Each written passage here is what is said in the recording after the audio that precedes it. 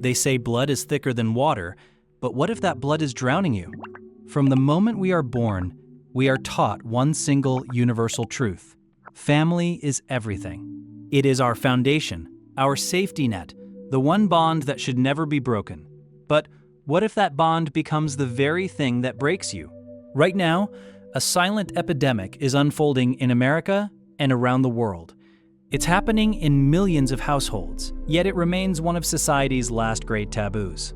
Adult children are making the agonizing decision to sever ties with their parents. Siblings are falling into silence. It's called family estrangement. From the outside, it looks like a sudden act of rebellion, an ungrateful child, an abandoned parent. But look closer, and behind the silence, there's rarely a simple story of anger. Instead, it's a deep and complex matter of psychological survival. Why do people do this? Is it an impulsive decision or a desperate measure to protect one's own sanity? In this video, we'll dive deep into the psychology of family estrangement. We'll debunk the myth of sudden rupture, explore the cumulative trauma that forces someone to walk away, and analyze the toxic dynamics from emotional neglect to narcissistic control that make going no contact the only viable option. If you're struggling with guilt or trying to understand why someone you love has walked away, the explanation you're looking for is here. This is the truth behind the silence. Let's begin. Estrangement almost never begins with a dramatic explosion. It begins with erosion, slow, silent, nearly invisible to everyone except the person experiencing it. For years, even decades, the relationship appears normal from the outside. Birthdays are celebrated, holidays are endured, there are smiles and photographs. But beneath the surface, something is wearing away, layer by layer. It's not a single catastrophic event, but hundreds of small incidents that accumulate like sediment at the bottom of a river. Psychologists call this microtrauma, subtle criticism disguised as concern. Boundaries pushed a little further each year, the dismissive tone that tells you your feelings don't matter. Constant pressure to be who they want you to be, not who you are. Alone, these moments seem insignificant. Together, they become a psychological climate. And over time, your body begins to react before your mind does. You tense up before the phone rings. You rehearse conversations before family gatherings. You shrink parts of yourself to keep the peace. What you once called family dynamics becomes chronic anxiety woven into your daily life. This is the erosion most people never see. Estrangement doesn't happen because someone suddenly stops caring. It happens slowly, because the capacity, the energy, the hope, the space to keep absorbing the same wounds runs out. Burnout comes before the break. And before the burnout come years of slow erosion. This is the real beginning of estrangement. Not anger, but exhaustion. From the outside, estrangement often appears sudden, as if someone woke up one morning, got angry, and decided to disappear. Parents describe it as out of nowhere. Friends say, but everything seemed fine. But this is the illusion of the volcano effect. A volcanic eruption only appears sudden to those who haven't noticed the pressure building beneath the surface. Lava doesn't form overnight. It forms silently, secretly, over years. The mountain holds it inside until it can hold it no longer. Family estrangement works exactly the same way. The final argument, the holiday meltdown, the hurtful comment, these are never the real reason. They're simply the moment when the internal pressure becomes unbearable. The final trigger in a long chain of ignored boundaries, invalidated feelings, and unresolved pain. To the parent, it feels like you cut me off because of this. But to the adult child, it feels like, no, I'm walking away because this has been happening for 20 years. The break only appears sudden because the pain was silent. Estrangement is rarely a reaction. It's a culmination, a release of years of pressure that can no longer be held inside. And once the volcano erupts, everything changes. Long before someone chooses distance, most people have already been assigned roles they never agreed to. In dysfunctional or narcissistic family systems, identity isn't discovered, it's assigned. And these assignments shape a child's entire emotional reality. There's the golden child, the extension of the parent's ego. Praised, protected, idealized. Their purpose is to fulfill the family's success narrative, even at the cost of authenticity. Then there's the scapegoat, held responsible for tension they didn't create. the emotionally aware member who refuses to accept the family's dysfunction as normal. Ironically, the scapegoat is often the healthiest one, but also the first to be pushed out when they stop absorbing everyone's shame. But these aren't the only roles.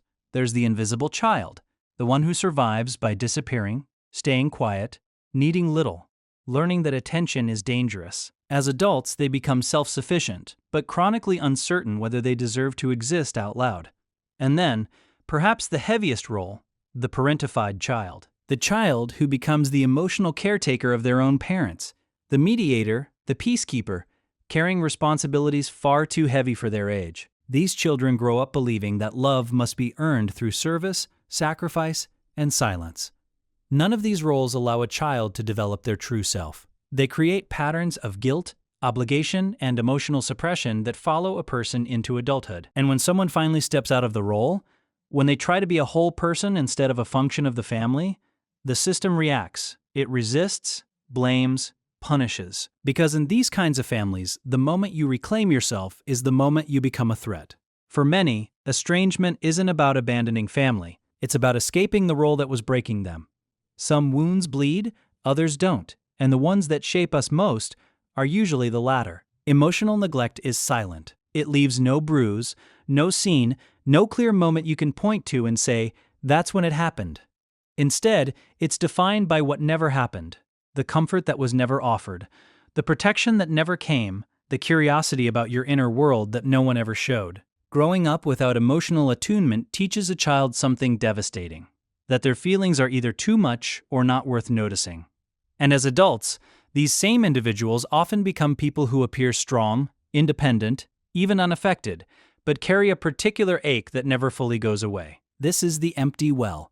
You keep returning to your family, hoping just once to draw water. Maybe this time they'll listen. Maybe this time they'll truly ask how you are. Maybe this time they'll meet you at the level you're trying to reach them. But every visit ends the same way. A dry bucket, an empty chest, a familiar disappointment. Most people don't leave because of what their parents did. They leave because of what their parents could never give. Because returning again and again to an empty well eventually becomes a form of self-abandonment. For many, estrangement isn't about rejecting their family. It's about finally choosing to stop thirsting for a type of love that was never there. The pain of what happened can be healed. The pain of what never was lasts longer, because you're mourning a childhood you never got to live. If estrangement seems sudden from the outside, staying is something even harder to understand. Why do people endure the pain for years, sometimes decades, before walking away? The answer lies in two powerful psychological forces: trauma bonding and the cycle of hope. Trauma bonding forms when moments of harm alternate with moments of warmth. An apology following a hurtful comment, a rare display of affection after cold silence, a violated boundary followed by a promise that everything will be different. The nervous system becomes conditioned to confuse inconsistency with love. You start to believe that if you just try a little harder, give more, stay calmer, you'll finally earn the version of the parent you needed as a child. This is exactly where the cycle of hope begins. It keeps you waiting. It keeps you forgiving. It keeps you returning to situations that slowly erode your sense of self. Hope isn't the problem. The problem is that hope is always about who they could be, not consistently who they are. Many adult children stay because they've been taught that walking away makes them disloyal, that protecting themselves is selfish, that wanting peace makes them the problem. So they endure, they shrink, they rationalize, they wait for that breakthrough moment that never comes. When someone finally walks away, it's not because they stopped loving their family. It's because they realized the cycle won't change, and staying meant losing pieces of themselves year after year. Estrangement often begins with a heartbreaking realization: if I stay, I will disappear. When people hear the phrase, going no contact, they often imagine a harsh emotional cutoff, an act of punishment or revenge. But in reality, distance is rarely a declaration of anger. It's a survival strategy, and it doesn't always come in a single form. Some choose low contact, reducing conversations, shortening visits, keeping topics superficial. This is a way of saying, I still care, but I can't give you the same access to my inner world anymore. Low contact is often the first attempt to reshape the relationship without ending it. Others use the gray rock method, a technique designed to minimize emotional engagement. They become neutral, predictable, and unreactive. because reacting is the very thing that fuels old patterns of conflict, manipulation, or guilt. Gray rock isn't coldness, it's self-preservation.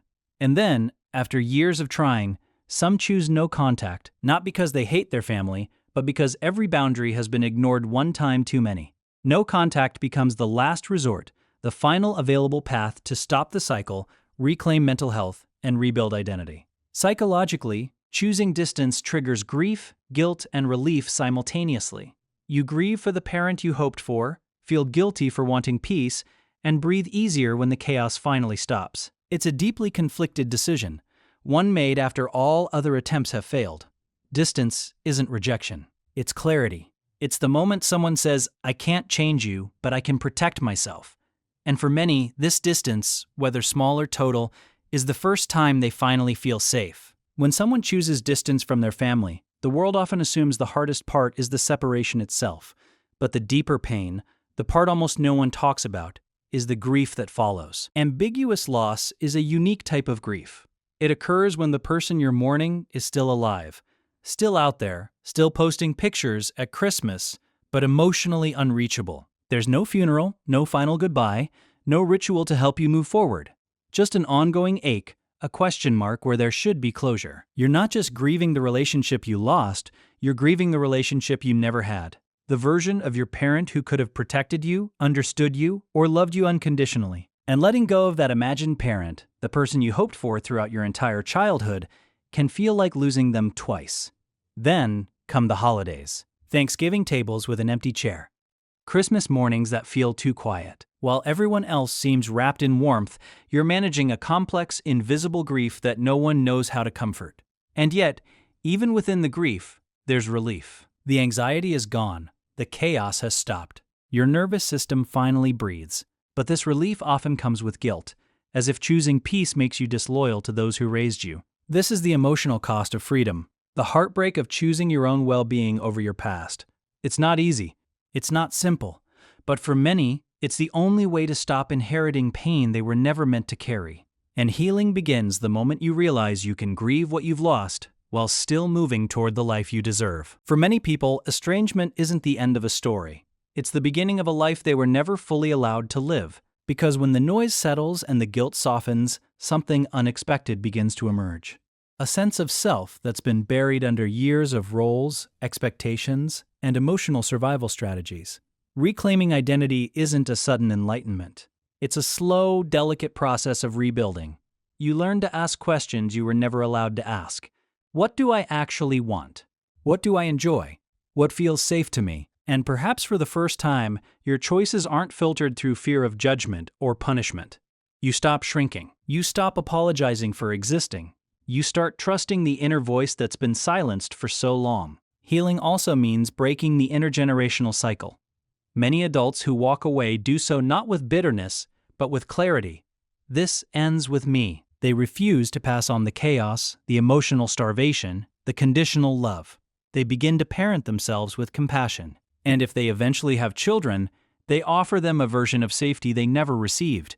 And along this path, something beautiful happens. You discover the concept of chosen family, a partner who truly listens, friends who feel like home, mentors, communities, and connections built on mutual respect, warmth, and emotional honesty. People who love you not because of obligation, DNA, or tradition, but because they see you, value you, and choose you. The cycle breaks here, not when you walk away from the family you were born into, but when you begin building the family your soul has always needed. Reclaiming identity is an act of courage. Creating a chosen family is an act of liberation. And together, they form the foundation of a life no longer defined by pain, but by possibility. In the end, estrangement isn't really about tearing a family apart. It's about redefining what family means. For some, family is the people who raised them. For others, it becomes the people who finally make them feel safe. Both truths can exist at the same time. Walking away doesn't mean you're heartless. It means you stopped walking back into the fire because you were told to. It means you chose peace over chaos, clarity over confusion, healing over the past. And that choice, though painful, is profoundly brave. Moving forward, you're allowed to grieve. You're allowed to grow. You're allowed to build a life shaped not by the wounds of your past, but by the love you choose, the boundaries you deserve, and the future you finally give yourself permission to live. And if this video made you feel seen, even a little, I want you to know you're not alone. Thousands of people are walking the same silent, complex path. If you want to stay connected, consider subscribing. We explore the hidden corners of the human heart here. And if you feel comfortable, share your experience or thoughts in the comments below. Your story might be a beacon of hope for someone else who feels alone right now, crushed under the weight of silence. Perhaps your comment will be the first place someone can say, "I've experienced this too," and finally feel understood. Do you know you're not alone on this journey? Did these words resonate with you? Write below. Speak up. Show yourself. Because your courage might inspire someone else's freedom. Take care of yourself. You deserve healing. You deserve peace. And most importantly, you finally deserve the freedom to just be yourself.